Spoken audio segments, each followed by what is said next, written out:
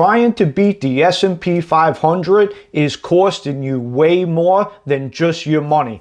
Think about all the time you spend researching stocks, watching endless YouTube videos, looking for the next hot stock, and stressing over every market move that doesn't go your way.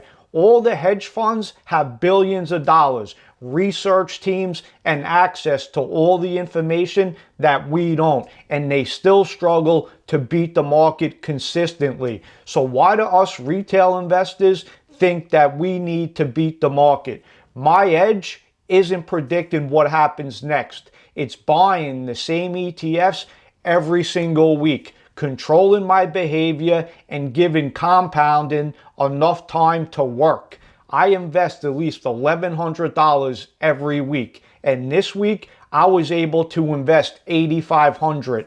I'm not trying to beat the market. I'm building a system that I can follow long enough to let compounding do all the heavy lifting for me. Now, let's go over exactly what I bought and how my system is working inside my actual portfolio. Let's take a look. Okay, now that we're in the portfolio, we can see the balance is $192,872.03. Before I go over my positions, this is not financial advice. I'm simply documenting my investing journey. Before investing your money, see a financial advisor. Let's get into each position. This is a dividend growth portfolio, so my top two holdings are my core position. First position is DGRO. Market value is $32,959, and this is 17% of my account. Next is my biggest position, SCHD. Market value is $72,775, and this is 37.7% of my portfolio. These two positions is the core. They'll always be 55 to 60% of this entire portfolio.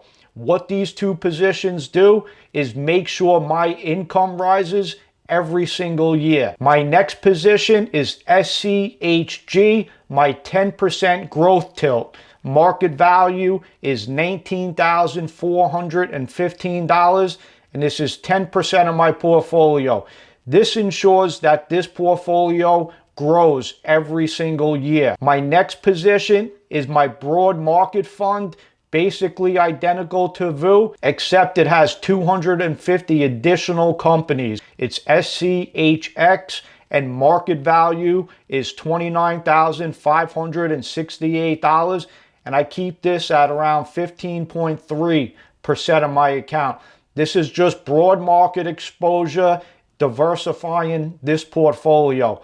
My next position is VXUS, my international position.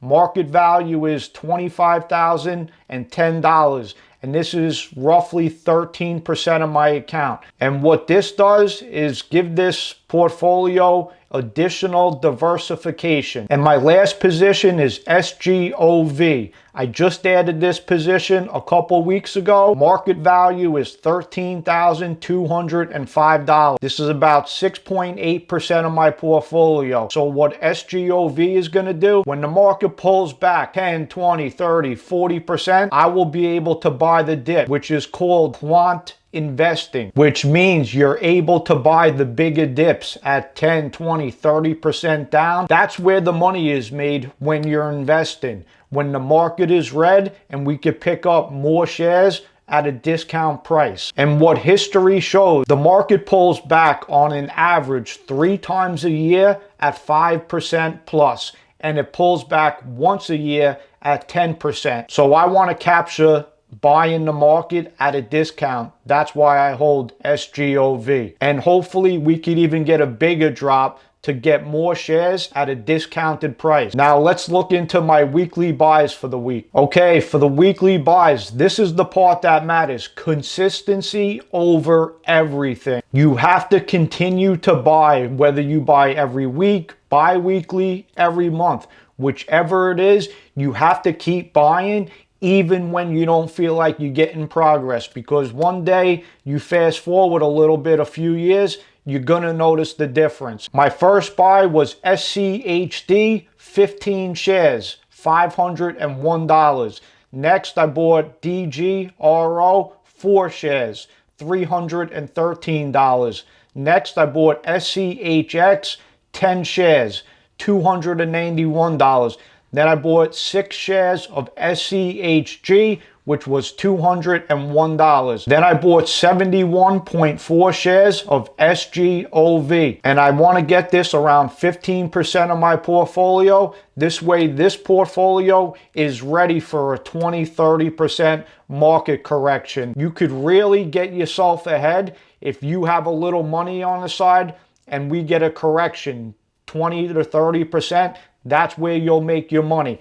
Let's see how this portfolio performed this week. Okay, we could see from July 27th to July 30th, excluding my contributions, this portfolio has gained $1,156.02 or 60 basis points. Let's see how we performed against the major indices. Okay, we could see, obviously, I'm up 60 basis points. The Russell 2000 is up 55 basis points. Then we have the S&P 500 up 35 basis points. Then we have the NASDAQ up 59 basis points. Then we have the Dow Jones up 0.5% even. So we could see this dividend growth portfolio doesn't usually outperform the way we did this week, but with the market rotating and broadening out, this portfolio has been doing well over the last few weeks. Let's check the dividend income. Okay, for the dividend income, we could see $4,526.23 or $377.19 per month. We can see on the chart just adding SGOV is filling in the monthly income because SGOV pays monthly, and it's looking like I will hit 6,000 by the end of the year for my yearly income. Also, I will be adding my first covered call ETF over the next few weeks. Let's get into each position to see what it's paying. Okay, we have DGRO, $641. Then we have SCHD, $2,350. Then we have SCHG, $76. Then we have SCHX, $306. And then SGOV, $507. That was a big help to reach this 6,000 per year that I'm going for. And the last position, VXUS, $643. That's going to do it for my week 32 update. Stay tuned for the progress in week 33. And remember, stay disciplined and consistent. You have to be patient.